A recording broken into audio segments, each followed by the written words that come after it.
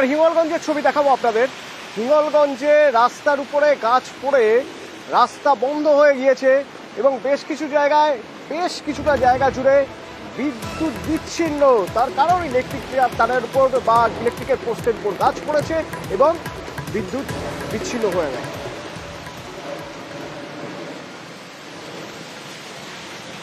গাছ কেটে রাস্তা সাফ হয়তো করা সম্ভব খুব দ্রুতই, কিন্তু বিদ্যুতের কি ব্যবস্থা হবে, কতক্ষণ লাগতে পারে? জিয়াউল প্রতিনিধি আমার সঙ্গে রয়েছেন। জিয়াউল, কি পরিস্থিতি?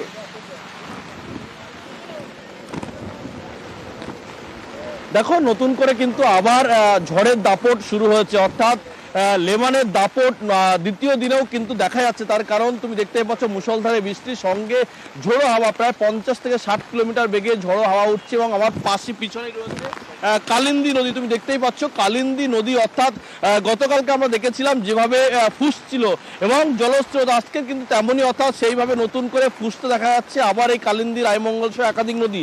এবং তুমি যেটি বলছিলে, অর্থাৎ এই এলাকায় হিঙ্গলগঞ্জ সহ বিস্তীর্ণ এলাকায় বিদ্যুৎ বিভ্রাট, অর্থাৎ বিদ্যুৎ নেই। তার কারণ প্রায় 32টির মতন ইলেকট্রিক পোস্ট কিন্তু ভেঙে গেছে। এখনো একাধিক জায়গায় রাস্তার উপরে বিদ্যুতের খুঁটির উপরে সেখানে গাছ পড়েছে, ফলে সেগুলো যেমন বিপর্যয় মোকাবিলা দপ্তরের কর্মীরা তারা গাছ সরিয়ে নেওয়ার চেষ্টা করছে। অন্যদিকে যে সমস্ত জায়গায় বিদ্যুতের খুঁটি ভেঙে গেছে আর নষ্ট হয়ে গেছে সেই এলাকায় মেরামতি করার চেষ্টা করছে। কিন্তু বিদ্যুৎ দপ্তর সূত্রে খবর এখনো পর্যন্ত, আজকের দিনভর কিন্তু সময় লেগে যেতে পারে এই স্বাভাবিক পরিষেবা দিতে, বিদ্যুৎ পরিষেবা স্বাভাবিক দিতে সময় লেগে যেতে পারে। অর্থাৎ আজকে নাও হতে পারে, অর্থাৎ মঙ্গলবার সকাল থেকে বিদ্যুৎ পরিষেবা স্বাভাবিক হতে পারে হিঙ্গলগঞ্জ সহ বিস্তীর্ণ এলাকায়। কিন্তু এখনো পর্যন্ত যেভাবে আবার সকাল থেকে যেভাবে বৃষ্টি শুরু হয়েছে, সঙ্গে ঝোড়ো হাওয়া 50 থেকে 60 কিলোমিটার বেগে ঝোড়ো হাওয়া শুরু হয়েছে হিঙ্গলগঞ্জের একাধিক এলাকায়। অর্থাৎ তুমি দেখতে পাচ্ছ আমি এই মুহূর্তে রয়েছি কালিন্দী নদীর ঠিক কাছেই। এই কালিন্দী নদীতে নতুন করে কিন্তু জলস্রোত শুরু হয়েছে, অর্থাৎ বড় বড় ঢেউ দেখা যাচ্ছে এবং 50 থেকে 60 কিলোমিটার বেগে ঝোড়ো হাওয়া।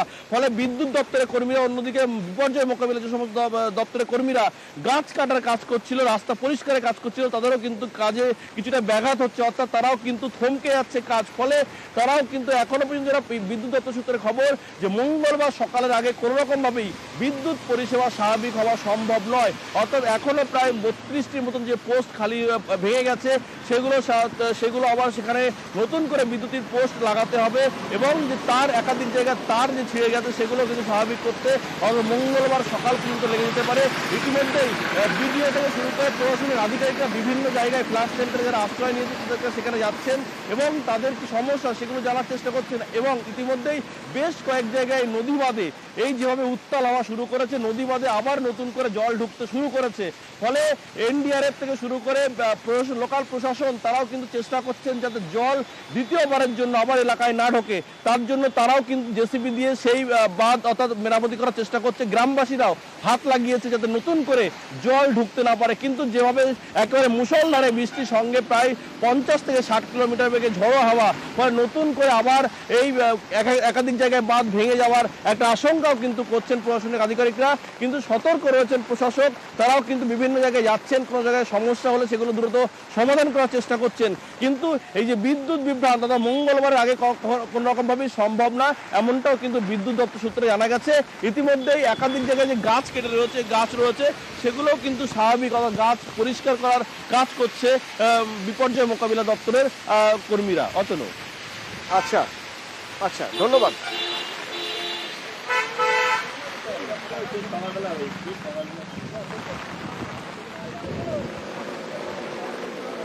রেমালের তাণ্ডবেও খবরের সন্দেশখালী, কারণ সন্দেশখালীতে রায়মঙ্গলের জল ঢুকছে, রায়মঙ্গল নদীর জল ঢুকছে গ্রামে। এখনই যদি এই অবস্থায় পরে তো জল আরো বাড়বে, জোয়ারের সময় জল আরো বাড়বে। কি পরিস্থিতি সেখান থেকে রয়েছেন আমার প্রতিনিধি অনুপম। গতকাল রাতের থেকে এখন কি পরিস্থিতি আরো খারাপ? হ্যাঁ দেখো অতনুদা, গতকাল রাতে এই বাঁধগুলোর ক্ষতি হয়েছিল, কিন্তু গতকাল রাতে যখন ক্ষতি হয়েছিল তখন কিন্তু নদীতে ভাটা নেমে গেছিল। কিন্তু এই মুহূর্তে কিন্তু জোয়ার উঠছে, জোয়ারের জল বাড়ছে এবং আবার কিন্তু প্রায় 50 থেকে 60 কিলোমিটার বেগে কিন্তু হাওয়া হচ্ছে, এবং যেহেতু জোয়ার আছে সেই জন্য হাওয়ার জন্য কিন্তু জলের যে জোয়ারের যে জল, সেই জল কিন্তু আছড়ে পড়ছে একদম নদীর বাঁধের গায়ে। সেই কারণে কিন্তু সন্দেশখালী এবং সন্দেশখালীর আতাপুর, কুশখালী এইসব এলাকায় রামমঙ্গল নদীর যে বাঁধ, সেই বাঁধের কিন্তু বিভিন্ন জায়গায় যেমন ধস নেমেছে, এবং বেশ কয়েকটি জায়গায় কিন্তু নদীর বাঁধ কিন্তু ভাঙন দেখা দিয়েছে, যেখান থেকে জল ঢুকছে, এবং জোয়ারের জল কিন্তু আস্তে আস্তে বাড়ছে। এটা আরো কয়েক ঘন্টা আর ঘন্টাখানেক পরে গেলে কিন্তু আরো কিন্তু জল বাড়বে। সেটা সময় কিন্তু আরো এই নদীর বাঁধ কিন্তু আরো ভেঙে যাওয়ার কিন্তু আশঙ্কা আছে, এবং গ্রামের মধ্যে কিন্তু আরো কিন্তু জল ঢুকবে বলেই কিন্তু আশঙ্কা করা যাচ্ছে।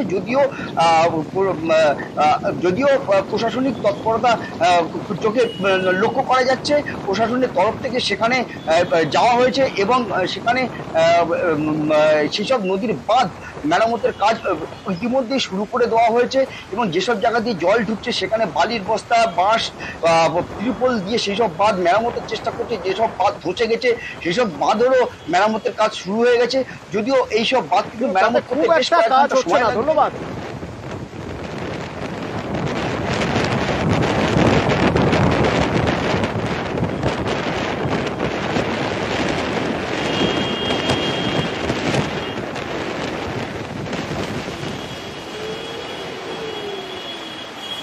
এখানে রায়মঙ্গল আতঙ্কের নাম, আর হাসনাবাদে ইছামতি। দেখুন, বাড়ি ভেঙে গিয়েছে, বাড়ির একটা সাইড পুরো ভেঙে গিয়েছে, চাল খসে গিয়েছে, বাড়ির মধ্যে ঢুকছে ইছামতির জল।